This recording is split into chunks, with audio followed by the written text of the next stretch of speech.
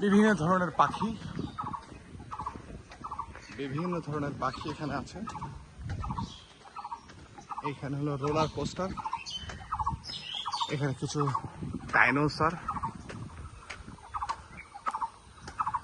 ডাইনোসরের কিছু স্কাল্পচার আছে এখানে।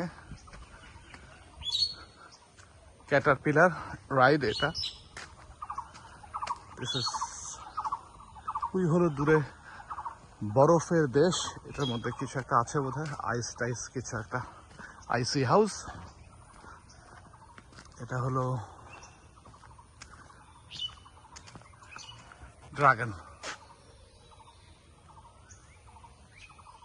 ড্রাগনের এগস।